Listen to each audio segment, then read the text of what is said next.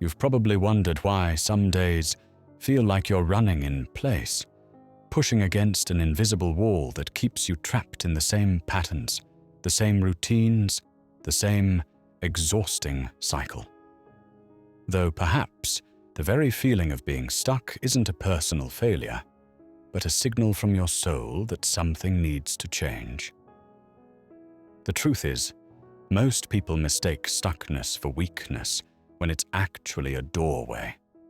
Your mind and body are trying to tell you something important, but the noise of daily life drowns out these whispers until they become screams of burnout.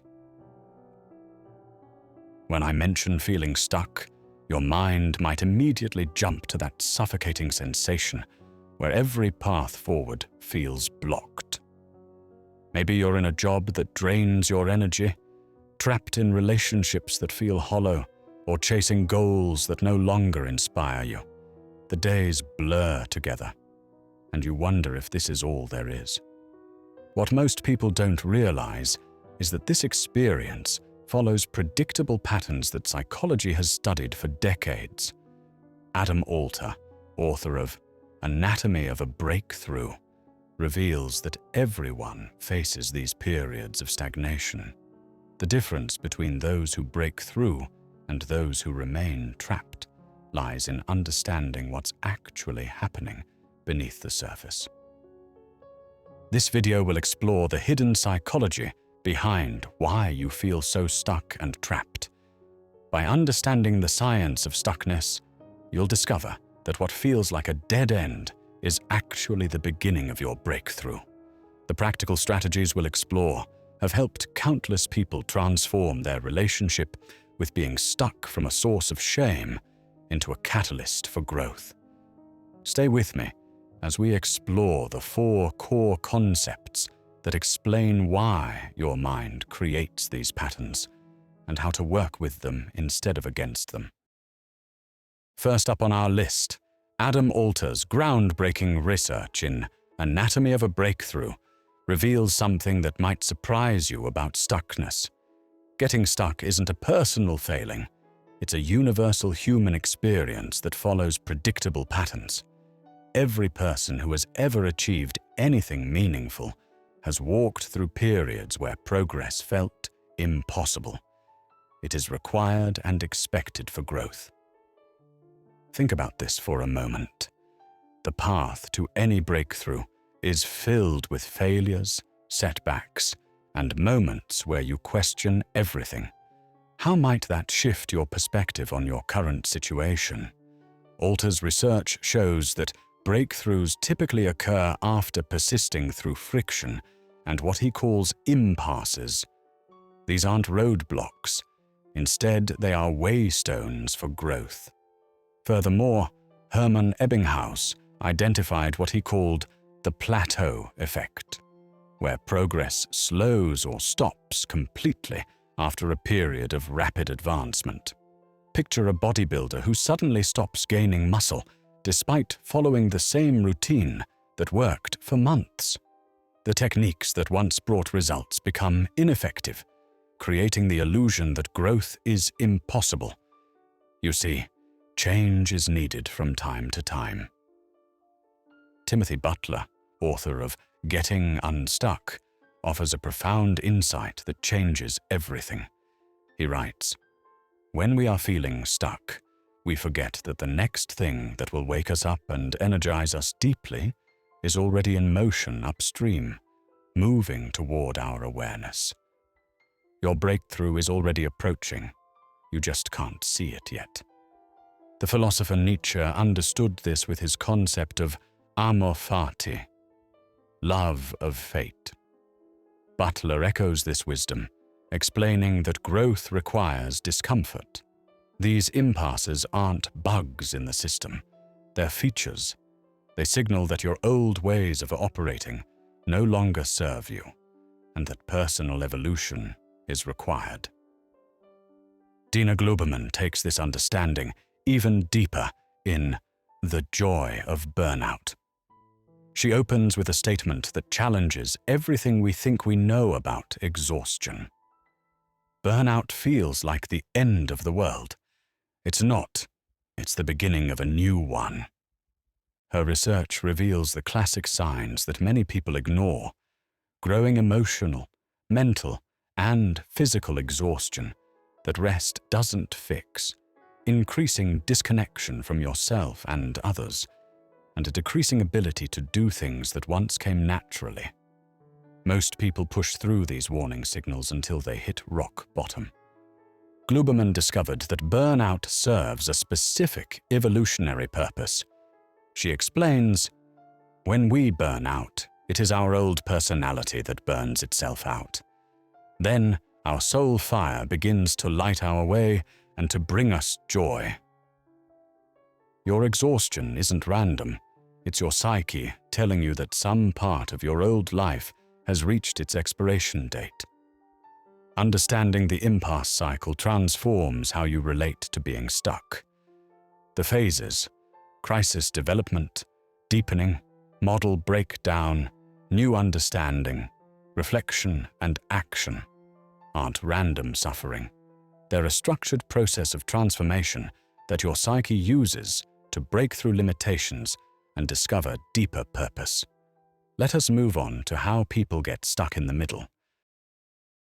The research reveals another fascinating pattern that explains why motivation disappears right when you need it most. Adam Alter's studies show that people experience what he calls the goal gradient effect. You speed up when approaching a finish line, but slow down dramatically at the midpoint of any journey.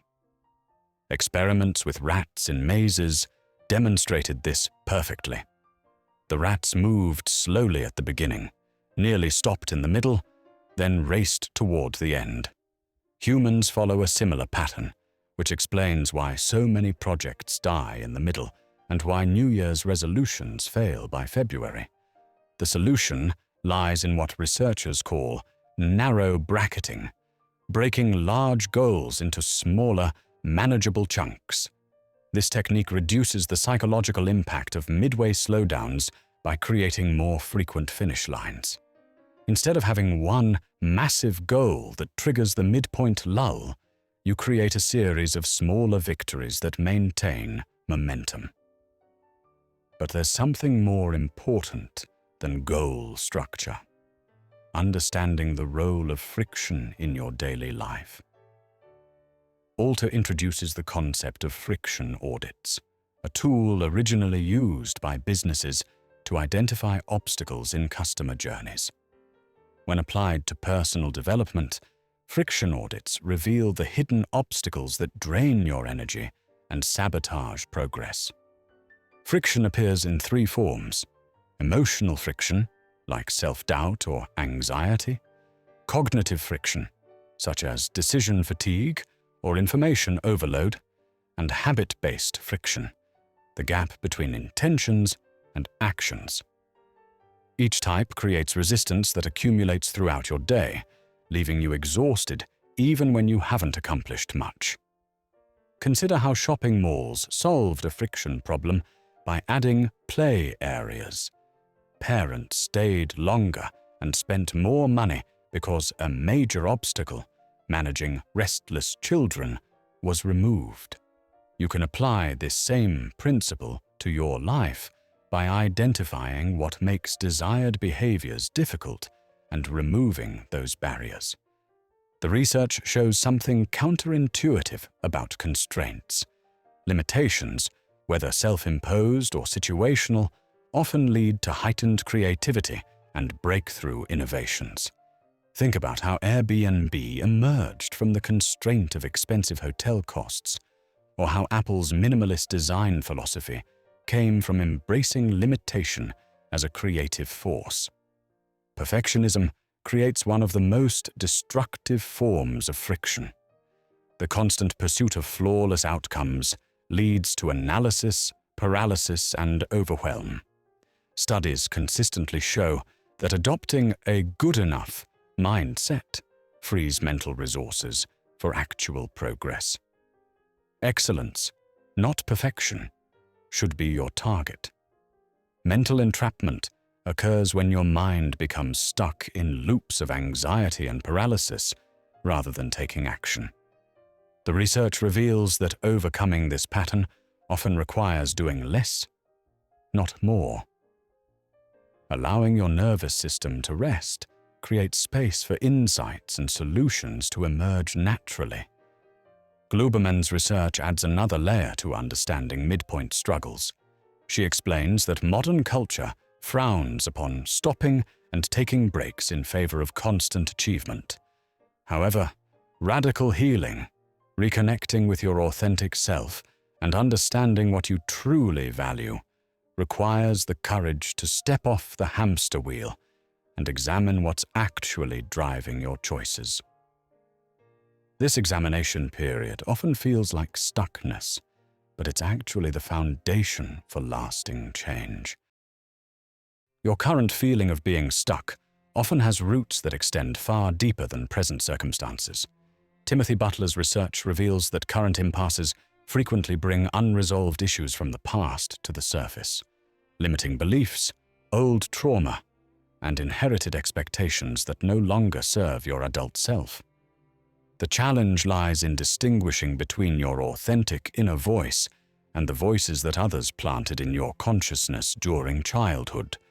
Parents, teachers, peers, and society implanted beliefs about what success looks like, how you should behave, and what's possible for someone like you. These inherited voices often masquerade as your own wisdom, leading you down paths that feel hollow and meaningless. Butler explains that everyone operates with mental models, internal maps that guide how you perceive and interact with the world. Many of these models were formed during childhood when your understanding was limited.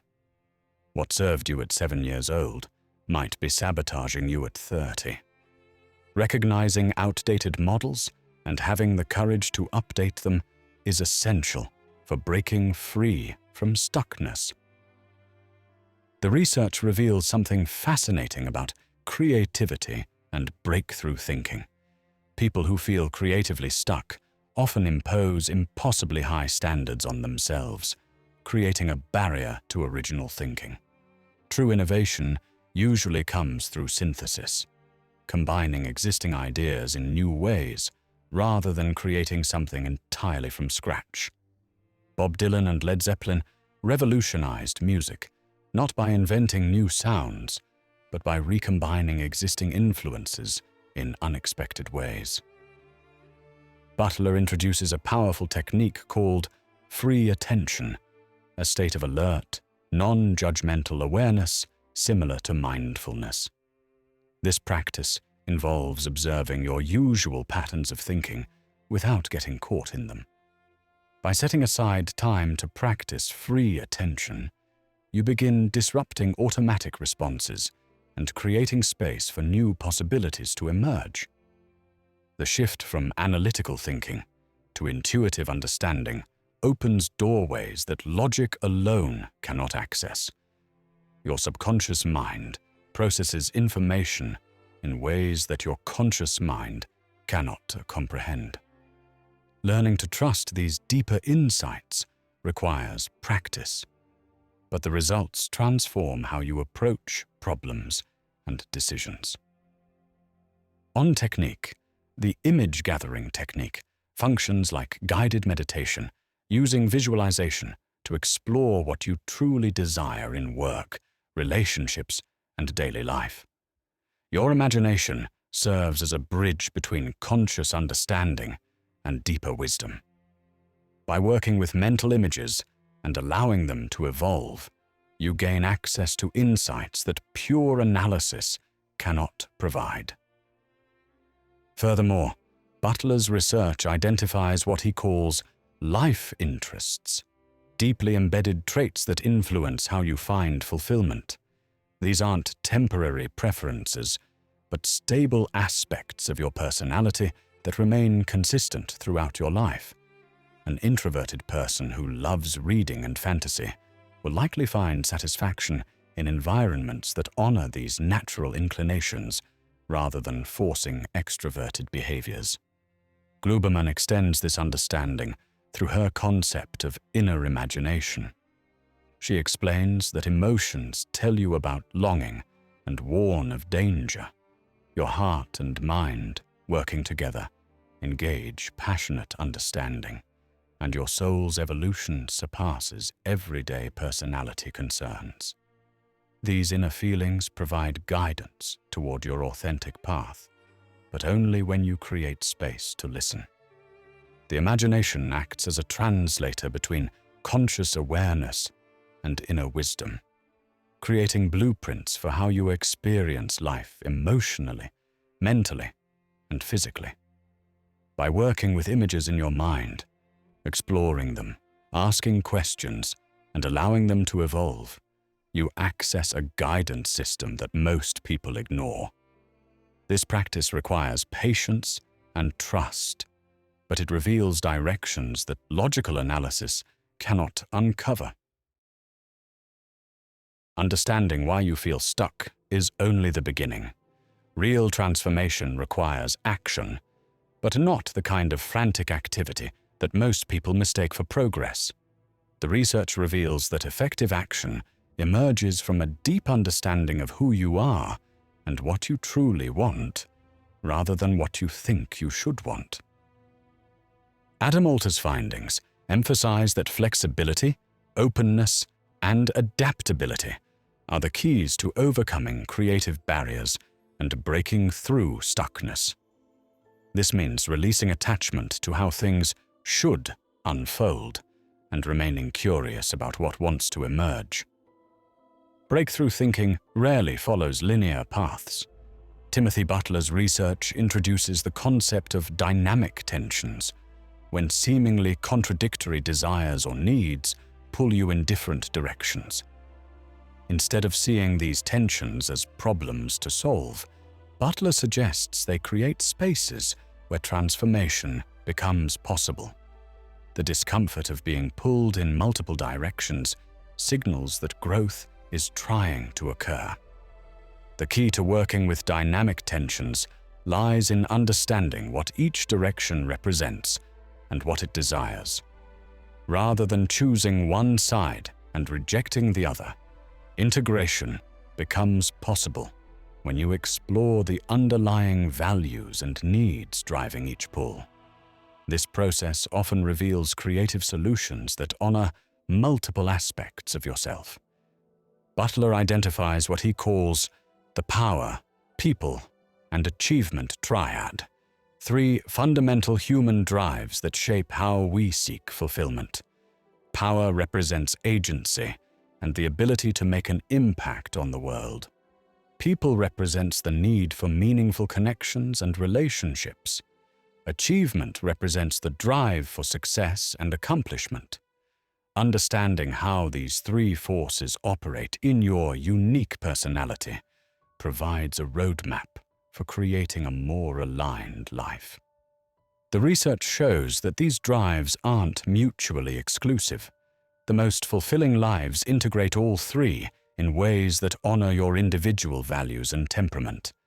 Someone might express power through teaching and mentoring, satisfy their people needs through close friendships rather than large social networks, and define achievement as personal growth rather than external recognition. Gluberman's work reveals that radical healing requires more than understanding. It demands action taken with conviction. This means not just having the will to change, but actively making choices that signal to yourself and the universe that transformation is occurring. Sometimes this involves dramatic changes, like moving to a different city or ending relationships that no longer serve you. The concept of liminal space becomes crucial here. When you walk through an impasse and begin creating change, you enter uncertain territory where old rules no longer apply, but new ones haven't yet formed.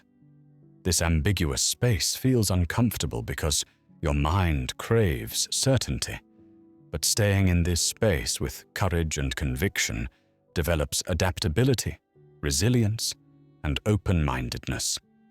Gluberman emphasizes that acknowledging and integrating different parts of your personality is essential for lasting change. This process resembles psychological individuation, aligning your life with your authentic self rather than the person others expect you to be. It requires the courage to disappoint people who are invested in keeping you small or predictable. The research reveals that action without self-knowledge often leads to more sophisticated forms of stuckness. You might change your external circumstances while maintaining the same internal patterns, leading to identical problems in new settings. True transformation requires both external action and internal alignment. One of the most challenging aspects of breaking free from stuckness is learning to embrace the ongoing nature of growth. Butler emphasizes that passing one impasse doesn't eliminate future challenges. It develops your capacity to meet them with greater skill and less resistance. Each cycle of stuckness and breakthrough builds resilience and wisdom for future challenges. The journey from stuck to unstuck isn't a destination, but a way of being that embraces change as a fundamental aspect of life. This perspective transforms stuckness from something to avoid into a compass that points toward necessary growth and evolution. Your feelings of being trapped become invitations to discover parts of yourself you never knew existed. Now that we understand the psychology behind feeling stuck, let's explore how to apply these insights to your actual life. The research provides 3 practical approaches that address different aspects of stuckness: removing obstacles, clarifying direction, and healing your relationship with rest. The first technique is conducting a personal friction audit, inspired by Adam Alter's business research, but applied to your daily experience. Begin by identifying one recurring obstacle that consistently drains your energy or derails your progress. This might be emotional friction like self-doubt that stops you from taking risks, cognitive friction such as decision fatigue from too many choices, or habit-based friction where good intentions never translate into action. Spend a few days tracking when this friction appears and what triggers it. Notice the specific circumstances, times of day, or emotional states that activate this pattern. Once you've mapped the pattern, design a small experiment to reduce this friction. If procrastination is your obstacle, you might schedule important tasks during your peak energy hours rather than forcing yourself to work when motivation is naturally low. The second approach is Timothy Butler's 100 Jobs exercise, designed to clarify what actually interests you versus what you think should interest you. Set aside an hour and write down 100 jobs, careers, or roles that sound appealing without censoring yourself.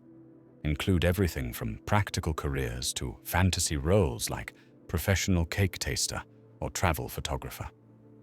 After creating your list, rank your top 10 choices and look for patterns. What themes emerge? Do you gravitate toward creative work, helping others, working with your hands, or solving complex problems?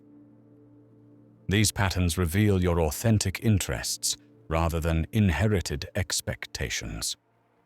Choose one job from your top 10 and research how you might take a small step toward exploring it, whether that's taking a class, reading industry publications, or having coffee with someone who works in that field. The third technique addresses what might be the most challenging aspect of feeling stuck: learning to rest without guilt. Dina Globerman's research shows that burnout often results from ignoring your need for restoration until your system forces a shutdown. Instead of waiting for breakdown, you can build recovery into your routine. Start by spending 10 minutes each day doing absolutely nothing. No phone, no tasks, no productivity. Just sit and breathe or stare at a blank wall. Yes, you heard me correctly. Notice what feelings arise during this time. Do you feel guilty? Anxious? Relieved? Bored? Journal about these reactions because they reveal your relationship with rest and productivity. After a week of this practice, reflect on what you learned. What activities actually restore your energy versus those that just provide distraction? Many people discover that what they think is relaxation, scrolling social media or watching Netflix, doesn't actually restore them. True restoration might look like sitting in nature, creating fan art, or having meaningful conversations. The key to all three techniques is approaching them as experiments rather than obligations. You're gathering data about how you operate rather than trying to fix yourself. This experimental mindset removes the pressure to get it right immediately and allows you to discover what actually works for your unique situation. Remember that breaking free from stuckness isn't about finding the perfect solution, but about building a better relationship with uncertainty and change. These practices help you develop the skills to navigate future and current periods of stuckness with greater ease and less resistance. Small steps compound over time. The feeling of being stuck isn't a life sentence. It's a signal that transformation wants to occur. Every period of stagnation carries within it the seeds of your next breakthrough, but only when you understand what's actually happening beneath the surface. The research reveals that your brain creates these patterns not to torture you, but to protect you from change that feels too threatening to survival. By understanding the psychology of stuckness, from the universal nature of impasses to the role of friction in daily life, you transform from a victim of these cycles into someone who can work with them skillfully. The most profound truth that emerges from this research is that stuckness isn't the opposite of growth.